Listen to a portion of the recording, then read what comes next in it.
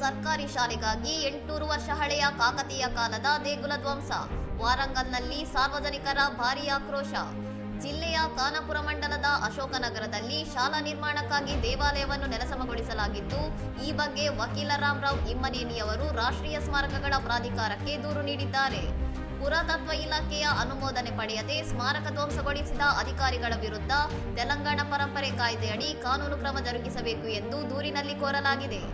ಘಟನಾ ಸ್ಥಳಕ್ಕೆ ಭೇಟಿ ನೀಡಿದ ಜಿಲ್ಲಾಧಿಕಾರಿ ಡಾಕ್ಟರ್ ಸತ್ಯಶಾರದ್ ಅವರು ಪೊದೆಗಳನ್ನು ತೆರವುಗೊಳಿಸುವಾಗ ಕೇವಲ ಹಳೆಯ ಶಿಥಿಲಗೊಂಡ ಅವಶೇಷಗಳು ಕಂಡುಬಂದಿದ್ದವು ಹಾಗೂ ಅವು ಸಂರಕ್ಷಿತ ಸ್ಮಾರಕವೆಂದು ದಾಖಲಾಗಿರಲಿಲ್ಲ ಎಂದು ಸ್ಪಷ್ಟನೆ ನೀಡಿದ್ದಾರೆ.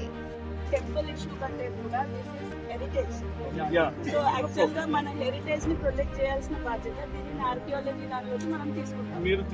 13ನೇ ಶತಮಾನದ ಕಾಕತೀಯ ದೊರೆ ಗಣಪತಿ ದೇವನ ಕಾಲಕ್ಕೆ ಸೇರಿದ ಈ ದೇವಾಲಯವು ಕ್ರಿಸ್ತಶಕ 1231ರ ಅಪರೂಪದ 7 ಸಾಲುಗಳ ತೆಲುಗು ಶಾಸನವನ್ನು ಹೊಂದಿತ್ತು.